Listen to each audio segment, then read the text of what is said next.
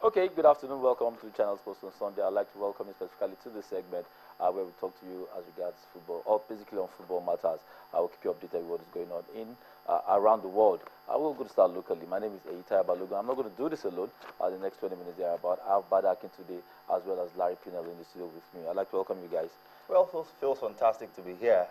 In the last 1 week, a lot has happened, but on Sunday, the last time we were here, I did say that I hoped that the cracker in Akure was going to go a certain way, but it didn't go that way. Sunshine steamrolled Kano Pillars to firmly strengthen their hold on the top spot in the Nigerian professional, league. So a host of other matches to look forward to today.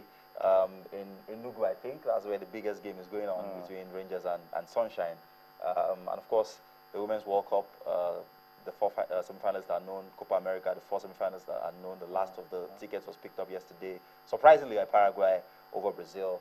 And all of those will be sinking our teeth into as the program progresses. That's right. We'll come back at some point and talk about the PFL, but I'm sure you have your focus on a couple of other games too as well, like Pinel. Always a pleasure to be in the studio.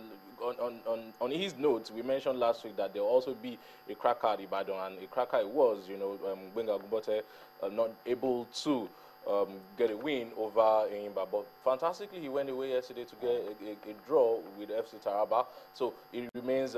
He has played 4 games now since he joined 3SC, and he hasn't lost any game. That's brilliant. 3 draws and a victory. There's something we say about Benga Gumbote. Remember the time he joined Sharks. Sharks actually were they were at the bottom of the log. They were not struggling. They were at the bottom of the log. They were actually going to go to relegation. And eventually they finished top 10. Yeah. I mean, which Benga has some magic, and we actually wish him all the best.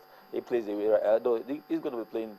He played yesterday with Taraba and he picked up points again. Yeah. They have a focus on the next game, and they currently plays about 15th or so on the table. Should they win, this is what we expect of 3SC, not the period that they were struggling with on the table. We'll come back at some point and talk about the MPFL. Let's take you through some of the results that did take place in the local league yesterday. We'll start with the Nigerian Nationwide League. I'll give you some select results. Games were played on Friday and some games were played yesterday. Quickly, we'll talk through some of those results. We saw Unison Rovers play 2-0 over Enyimba Feeders. Dynamite Force played 2-0 over Senegal FC, and COD United played 1-0 over Ikara United. Kwara Feeders played 1-0 over FC Lokoja. We saw Great International play 1-0 over Ajiroba Oni FC. Some of the results that we have there. We also saw KJ United play 0-0 with Shekarao Babes. We saw Tip FC play 1-1 with Lenins FC. We saw associated by NAF FC play 2-2 with Doma United. That's it in the Nationwide League. Let's talk about the NNL, Nigerian National League. Take you through some results, to select results. We'll see a lot of games take place later on today as well. But let's take you some of the results that took place yesterday. We saw MFM play 3-0 over Atiba United. We saw J Atete defeat Gateway 4-1. Bedell Insurance 2-1 over Costa. That's Gombe United played 2-0 actually over FRSC. Supreme Court played 1-1 with Plateau United. As it stands, those are the results, some results in the Nigerian National League. Now let's take you through the games that we expect to see today in the MPFL. Yesterday we did tell you FC Taraba played Shooting Stars yesterday. The game ended 1-1. FC Taraba scored first and Shooting Stars equalized about 3 minutes at the end of regulation time. So it's good start for Benga Gumbote. But our focus today will be, that's the result of the game that was played yesterday in the MPFL.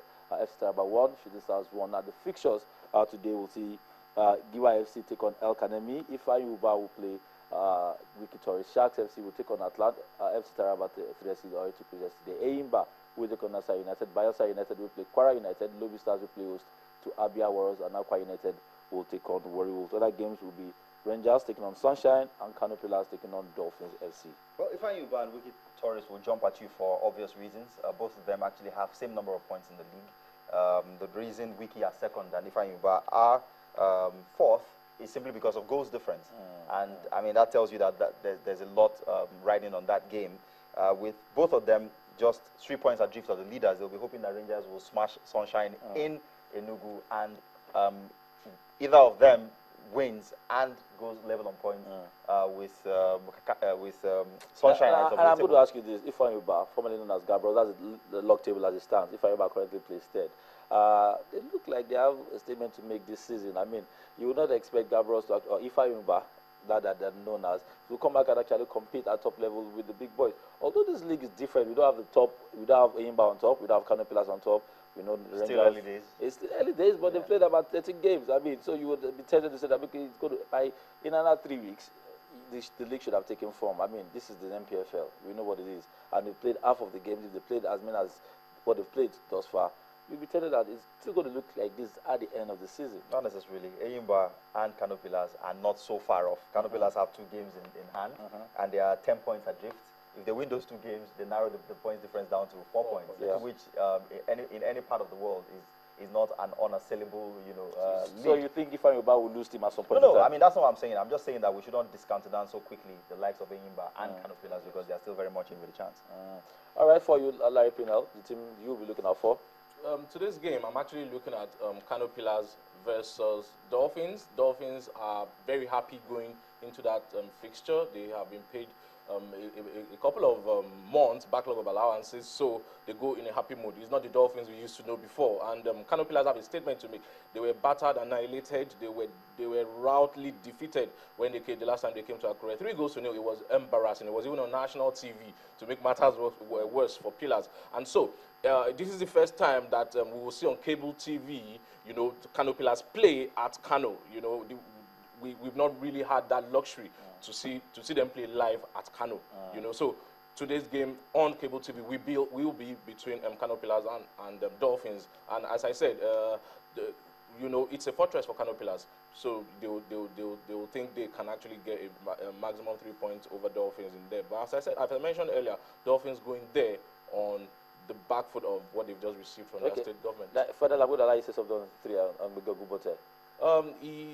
I didn't like the way Franklin Howard left because I thought he did a good job bringing them back from NNL. But having said that, Gbenga Ngumbeta has proven himself. He won 3-0 at home, to Lobby Stars, goalless draw against Eyimba at home. And then he went away and got 1-1 draw yesterday at Taraba United. Lawal came in from the bench to score in 7 minutes, as you mentioned. And another goalless draw, I think it was Bios also. So they so far so good for Gbenga Ngumbeta. 3SC will or should we come back to look about this at the end of the season? 3SC will escape relegation. Okay.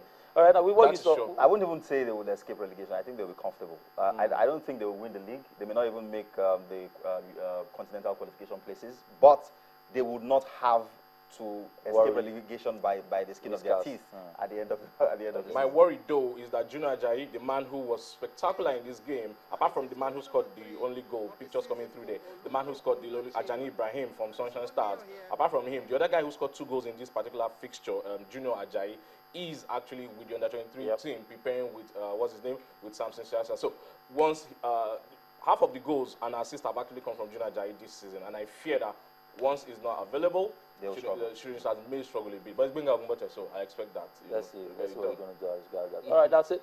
I'm not going to ask you who you think is going to win the league. It's still very early. Very early. All right, that's what we have for you as regards the MPFL. Let's talk about the national team. Right now, our focus will be the Stephen Keshi NFF Vincent Ayama situation. Honestly, I'm sure he has accepted that he has not paid. We can confirm that, but he's been fined about $5,000. About, yes, and we don't know whether he's paid, but I'm sure that is settled. Vincent Ayama, there was a situation yesterday. We did report it to you on Sunday, last week Sunday, that by Tuesday, last week Tuesday, that the NFF had summoned Stephen Keshi as well as Vincent Ayama.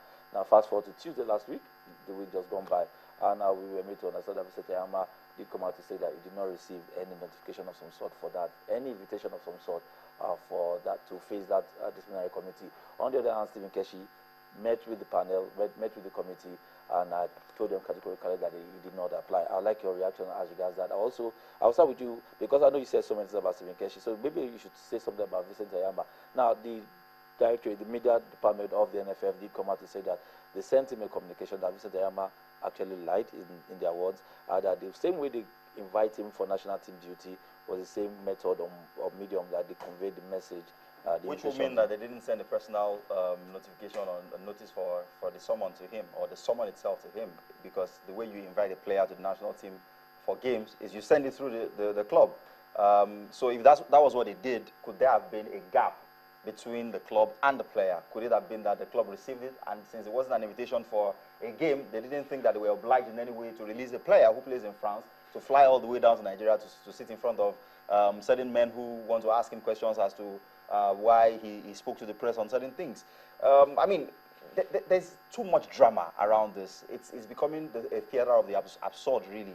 And I don't think that we should be dissipating so much energy on chasing shadows all over the place. I hear the NFF will be sending, some wise men to Cote d'Ivoire, spending $8,000 of our taxpayers' money to go and investigate whether, in truth, Stephen Keshi actually put in his application for the Ivory Coast job.